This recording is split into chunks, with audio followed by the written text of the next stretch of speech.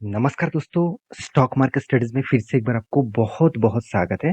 तो आज मैं फिर से आपके सामने एक बहुत इम्पोर्टेंट वीडियो लेके आया हूँ और आज का जो टॉपिक है वो विजय केडिया सर के ऊपर है। आप सभी जानते हैं विजय केडिया सर के बारे में, जो एक सक्सेसफुल इन्वेस्टर बने हैं और किस तरीके से ट्रेडर से उन्होंने इन्वेस्टर बना और किस तरीके से उनका जर्नी है वो आप गूगल में और यूट्यूब में सर्च करेंगे तो उन्होंने खुद इंटरव्यू के माध्यम से बताया। और मैं उनका हर इंटरव्यू में देखता रहता हूँ क्योंकि उनका जो जर्नी है उस जर्नी के अंदर बहुत सारे जो सीखने का जो चीज़ है ना वो आपको मिल जाएगा। तो देखिए स्टॉक मार्केट में सिर्फ आप सिर्फ यही सोच रहे हैं कि मैं सिर्फ स्टॉक को पिक कर लूँ और मुझे प्रॉफिट मिल जाएगा, ऐसे होगा नहीं। आपको स्टडी करना पड़ेगा, आपको थोड़ा-सा टाइम देना पड़ेगा, आपको उसके ऊपर रिसर्च करना होगा।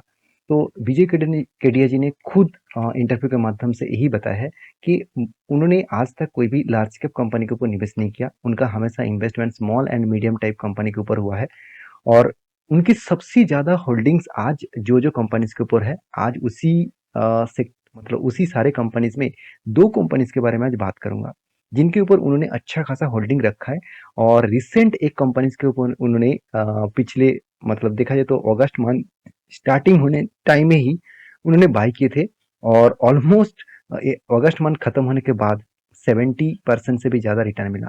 1 मंथ के अंदर-अंदर 70% तक रिटर्न मिला। तो इनके जो-जो कंपनीज़ के ऊपर उन्होंने निवेश करके रखा, कोविड के टाइम में बहुत बुरी तरीके से पिटाई हुआ था और उसके बाद किस लेवल में वो खड़ा हुआ, आप खुद ही इस वीडियो के माध्यम से देख सकते हैं। तो मैं इतनी सारी बात इसलिए बता रहा हूँ क्योंकि आप विजय केडिया जी को जानते हैं, तो आपको पता ही है कि उनका बिज़नेस का स्टाइल कितना है और उनका किस तरीके से उन्होंने बिज़नेस किया है। तो उनका हमेशा एक ही कहना है कि मैं ट्रेड नहीं करता हूँ, मैं हमेशा इन्वेस्टमेंट करके काम करता हूँ। देखिए इन्वेस्टमेंट 2 तरीके से होते हैं, एक लॉन्ग टर्म के लिए, एक शॉर्ट टर्म के लिए।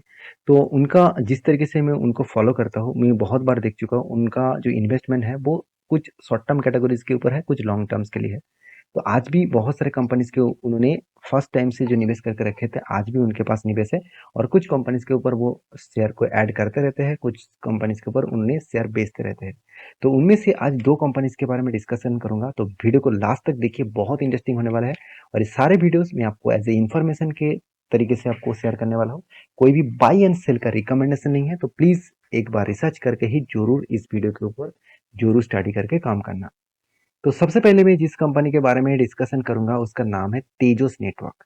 इस कंपनी के ऊपर, तेजस नेटवर्क के ऊपर, कंपनी के ऊपर विजय केडिया जी का जो टोटल इन्वेस्टमेंट है, अगर इसके बारे में बात करूं तो आज तक की सबसे बड़ा इन्वेस्टमेंट इसी के ऊपर है, 296 करोड़। तो 296 करोड़, देखिए पहले भी बहुत सारे कंपनीज के ऊपर उन्होंने निवेश किया। तो आज उनके पोर्टफोलियो में जितने सारे शेयर है उनमें से सबसे ज्यादा होल्डिंग ज्यादा उनके कोई भी कंपनीज के ऊपर है वो है तेजस नेटवर्क। करीबन 296 करोड़ के आसपास फिलहाल के लिए इस साल में उनका होल्डिंग्स है। तो इस कंपनी के ऊपर उन्होंने क्यों निवेश किया वो तो उनको ही पता है। मैं इस कंपनी के ऊपर कुछ परफॉर्मेंस है जो मैं आपको दिखा सकता हूँ, इसका फ्यूचर विजन्स के बारे में बता सकता हूँ। सबसे पहले एक बात मैं आपको बता दूं, तेजस नेटवर्क जो है वो टाटा ग्रुप की कंपनी है। तो मुझे इसके ऊपर बहुत सारे दोस्तों ने कमेंट्स भी किए, सर आपको पता नहीं है, आप क्या बोल रहे हैं, यहाँ पे टाटा ग्रुप कहाँ से आ गया। इसका प्रोमोटर देखेंगे तो चलो मैं आपको दिखाई देता हूँ, इसका प्रोमोटर के पास जो होल्डिंग्स है, जो होल्डिंग्स देखिए बीच में तो कुछ भी नहीं था और 2021 के बाद होल्डिंग्स बढ़ते-बढ़ते आज 55.967% का होल्डिंग हो गया। यहाँ पे एक सीखने वाला बात है कि एक टाइम इस कंपनी के ऊपर कोई भी होल्डिंग्स नहीं, कोई भी प्रोमोटर होल्डिंग नहीं था। आज वो होल्डिंग बढ़ते-बढ़ते 55% क्यों हो गया? 56% क्यों हो गया? क्योंकि इस कंपनी के ऊपर अपकमिंग कुछ ईयर्स में अच्छा खासा ग्रोथ जो होने वाला है। क्योंकि इस कंपनी का बिजनेस के बारे में मैं आपको समझाऊंगा, उससे पहले आप जो कमेंट्स मुझे किए थे उसको मैं आपको प्रूव करके दिखा देता हूँ। देखिए यहाँ पे क्या लिखा है, टाटा सॉन्स प्राइवेट लिमिटेड, जिसके पास कोई भी शेयर नहीं है आपके पास, ठीक है। मगर मैं जो आपको बताने वाला हूँ, यहाँ पे आप देख सकते हैं पेनाटोन फिनवेस्ट लिमिटेड। तो पेनाटोन फिनवेस्ट लिमिटेड, ये जो कंपनी है ये टाटा ग्रुप के ही कंपनी है, टाटा सॉन्स के ही एक कंपनी है। तो इसके माध्यम से ही इन्वेस्ट किया गया। तो सोचिए, आप अगर इन्फॉर्मेशन, चलो मैं आपको गूगल में दिखाई देता हूँ, आप बहुत बार मुझे ये भी कमेंट्स करते रहेंगे, उससे अच्छा है मैं आपको दिखाई देता हूँ। तो आपको सीधा गूगल में जाना है। आप अगर इस कंपनी का नाम लिखेंगे तो पेनाटोन फिनवेस्ट लिमिटेड, ध्यान से थोड़ा सा नीचे आएंगे तो आपको सब कुछ देखने को मिलेगा। इसका पेरेंट ऑर्गेनाइजेशन कौन है? टाटा सॉन्स। तो देखिए मैं आपको कोई छोटा करने के लिए इस तरीके से डिटेल्स नहीं दिखा रहा हूँ।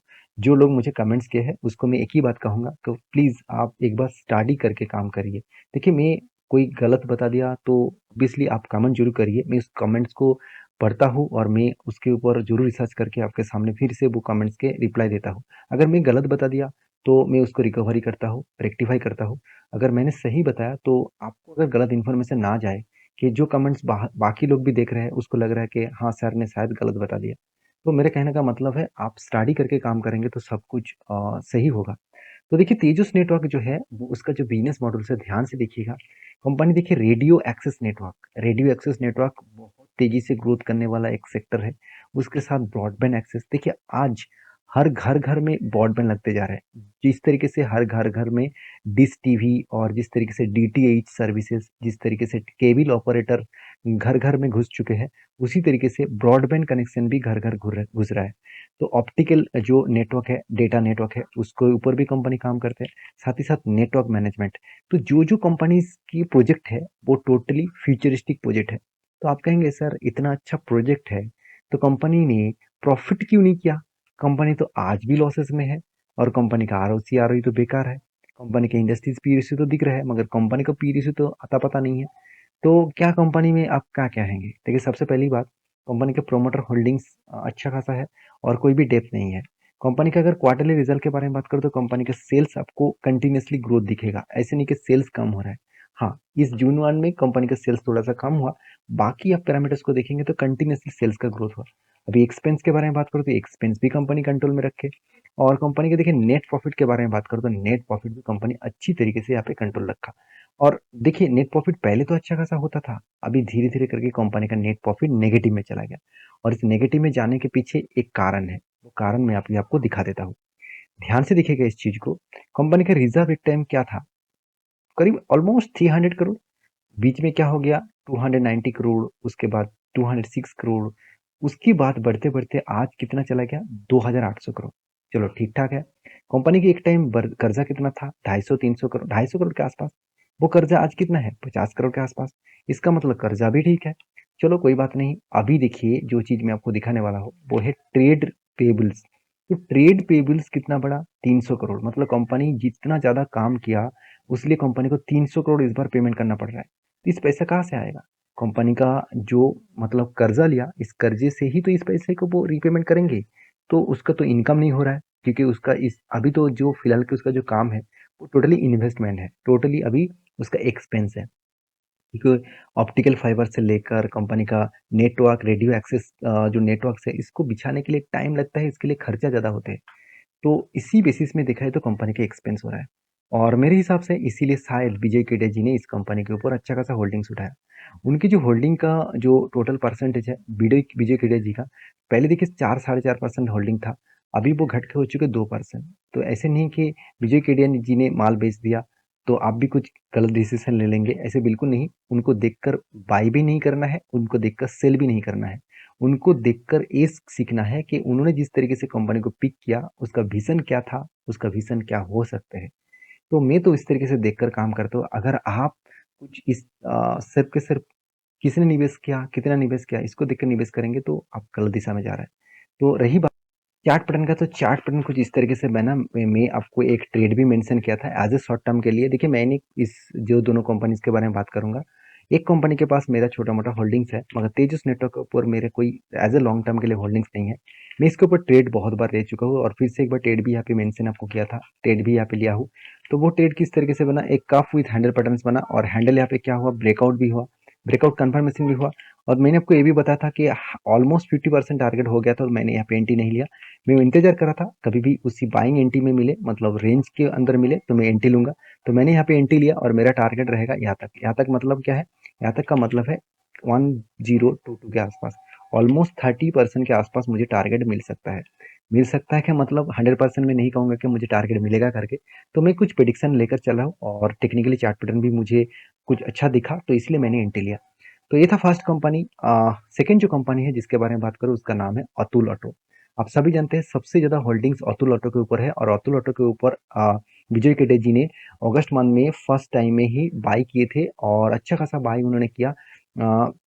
ज़्यादा बाई करने के कारण एक मतलब एक बिग जर्नी देखने को मिला और कंपनी 1 मंथ के अंदर-अंदर 70% के ऊपर रिटर्न दे चुके हैं। तो इस 70% रिटर्न देखकर खुश मत हो जाना। 70% रिटर्न देखकर कल ही जाकर बाय मत कर लेना, क्योंकि उनका अलग राय है, आपका राय अलग हो सकते हैं।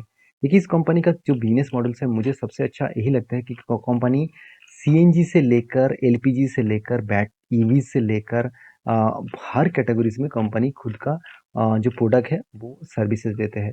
तो कंपनीज की जो बिजनेस मॉडल्स है बहुत स्ट्रांग है और फ्यूचर के विजन के हिसाब से कंपनी अलग अलग कैटेगरीज की गाड़ियां बना रहा है। तो इसीलिए शायद विजय केडिया जी ने इस कंपनी के ऊपर निवेश करके रखे हैं। कंपनी बहुत छोटा है, 1400 करोड़ के आसपास है। और कंपनी का देखिए जो करंट पी रेशियो है उससे कंपनी का कंपनी का करंट पी रेशियो तो अवेलेबल नहीं है। कंपनी का आरओसी आरओई तो पॉजिटिव में है, उतना खास नहीं है मगर पॉजिटिव में है। बुक वैल्यू के मतलब 3 टाइम 4 टाइम्स ऊपर कंपनी ट्रेड कर रहा है। कोई बात नहीं, कंपनी का एनुअल इनकम छोटा मोटा है, लॉसेस से तो कंपनी बच चुके हैं।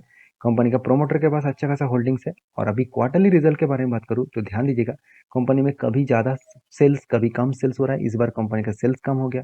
कंपनी एक्सपेंस को कंट्रोल करने के बाद कंपनी का प्रॉफिट नहीं हुआ, उल्टा लॉस हो गया। तो कंपनी प्रॉफिट लॉस लेकर चल रहा है। देखिए जब कोई छोटा कंपनी बड़ा होने का कोशिश करते हैं तब उसमें हर तरीके से मतलब नेगेटिव वीक आते हैं, हर तरीके से प्रेशर आते हैं। तो उस प्रेशर को झेल कर भी कंपनी खुद को प्रॉफिट कभी लॉस इस तरीके से रिप्रेजेंट कर रहा है, तो ये अच्छी बात है ना। देखिए ईवीज मार्केट अभी तो शुरू हुआ है। ऑल ओवर इंडिया में 3% ईवीज मार्केट अभी भी करंट सिचुएशन में चल रहा है। तो सोचिए 3% है, जो 3% अगर 30% बन जाएगा तो सोचिए कितना बड़ा धमाका इस तरीके से कंपनी करेगा। और रही बात कंपनी के एज ए बैलेंस शीट का, तो बैलेंस शीट में देखेंगे तो कंपनी के रिजर्व लगातार बढ़ते गए और कर्जा भी बढ़ा। अभी कर्जा क्यों बढ़ा? देखिए कंपनी को इस बार टोटल जो ट्रेड्स पेबल करना है 47 करोड़, और कंपनी किया क्या? लॉस। और उसके साथ साथ कंपनी को ट्रेड कितना रिसीव हुआ? 27 करोड़। तो 27 करोड़ का ट्रेड रिसीव हुआ और 47 करोड़ के आसपास कंपनी को पेमेंट करना पड़ेगा। तो इस बेसिस में देखा जाए तो कंपनी प्रोजेक्ट को कंप्लीट करने के लिए पैसे का जरूरत है। तो इसलिए कंपनी ने क्या किया? कर्जा ले लिया। अभी कर्जा लेना कोई बुरी बात नहीं है, कर्जा लेने के बाद खुद को सस्टेन करना यही सबसे बड़ी बात है। कंपनी जिस तरीके से रिजर्व को ग्रोथ किया, अच्छा खासा रिजर्व है, जितना कर्जा है उससे डबल कंपनी का रिजर्व है। उसके साथ साथ कंपनी का फिक्स एसेट भी अच्छा खासा देखने को मिला। अभी रही बात कंपनी के एज ए इन्वेस्टर के, तो आप देखेंगे तो प्रोमोटर के पास कितना होल्डिंग्स है? प्रोमोटर के पास 47% का 6% का होल्डिंग्स है। और यहाँ पे जो होल्डिंग बेचा गया वो होल्डिंग किसने खरीदारी की है? वो खरीदारी की है विजय केडिया जी ने। विजय केडिया जी ने इस बार 13.5% तक होल्डिंग को इंक्रीज किया, जो पहले 7% का होल्डिंग्स था। अभी इसी चीज को मैं चार्ट पैटर्न के हिसाब से दिखा दूं तो ध्यान दीजिएगा विजय केडिया जी ने कब बाइंग किए थे वो भी मैंने आपको मेंशन किया इस डेट में। तो डेट कौन सा था? माफी चाहता हूँ, यहाँ पे मैंने आपको अगस्त मंथ बोल दिया। एक्चुअली डेट बाइंग जो डेट था वो एक्चुअली जुलाई 17 था। तो जुलाई 17 तारीख को उन्होंने बाई किया था। उसके बाद बाइंग एंट्री से अगर मान के चलिए इस लेवल में उन्होंने बाई किया, वहां पे अपर सर्किट भी लगा था। उसके बाद देखिए नीचे आया और उसी रेंज को वो रिटेस्ट किया और उसके बाद देखिए धमाका हो गया। अगर करंट प्राइस से मतलब उनका बाइंग प्राइस से अगर मैं टॉप लेवल तक देखूँ तो ऑलमोस्ट 70% का उनका प्रॉफिट मिला।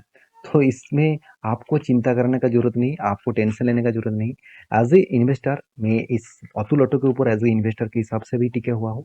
तो मैं इस कंपनी के ऊपर बहुत बुलिश रन लेके चल रहा हूँ। अभी इस कंपनी एक बड़ा सा कप बनाया, अगर छोटा सा एक शोल्डर बनाकर ब्रेकआउट कर देना तो मेरा तो यहाँ पे बन जाएगा एक ट्रेड। तो मैं इस कंपनी के ऊपर तो बुलिश हूँ। बाकी आपके क्या राय है जरूर कमेंट्स करके बताना। और मैं बार-बार बोल चुका हूँ विजय केडिया जी को फॉलो करके मतलब आप कोई भी शेयर को बाय सेल मत करना। उनको देखकर आप सीखिए, उनका इन्वेस्टमेंट का जो मतलब अलग-अलग दिशाएँ हैं उसको जानिए। उन्होंने क्यों निवेश किया और किस तरीके से निवेश किया और किस बेसिस में निवेश किया, ये सारी चीज़ को चेकआउट करने के बाद ही आप किसी भी कंपनीज़ के ऊपर स्टडी करके काम करिए। ये मेरा कोई रिकमेंडेशन नहीं था, मेरा काम था आपको सारी चीज़ को दिखाना और आपका काम था उस चीज़ को वेरीफाई करके काम करना।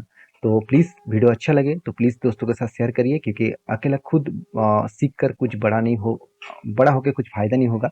हर दोस्तों को सिखाकर आप अगर बड़ा होंगे तो आपको फ़ायदा ज़रूर मिलेगा। तो आई होप वीडियो में आपको सब कुछ जानकारी मिल चुकी है। वीडियो अच्छा लगे तो लाइक करना, दोस्तों के साथ शेयर भी करना। मिलते हैं नेक्स्ट वीडियो में, तब तक के लिए अच्छे से रहिए, अपने ख्याल रखिए। धन्यवाद।